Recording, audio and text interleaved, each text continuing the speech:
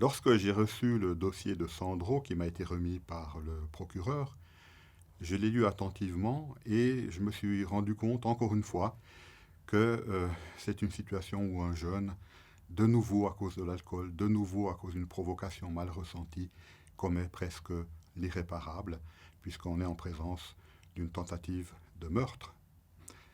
Quelques semaines plus tard, le procès a commencé.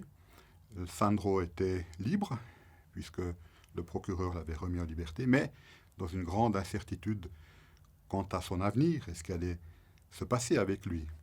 Nous avons dû lui expliquer que ce n'est pas le résultat final qui comptait pour la loi, puisque le blessé a bien guéri, mais qu'est-ce qui aurait pu arriver? La mort de ce monsieur, par exemple. Et cela l'a manifestement très très touché. Nous n'avons pas pu, parce que les faits étaient très graves, lui donner le sursis. Il a dû retourner finir sa peine en prison.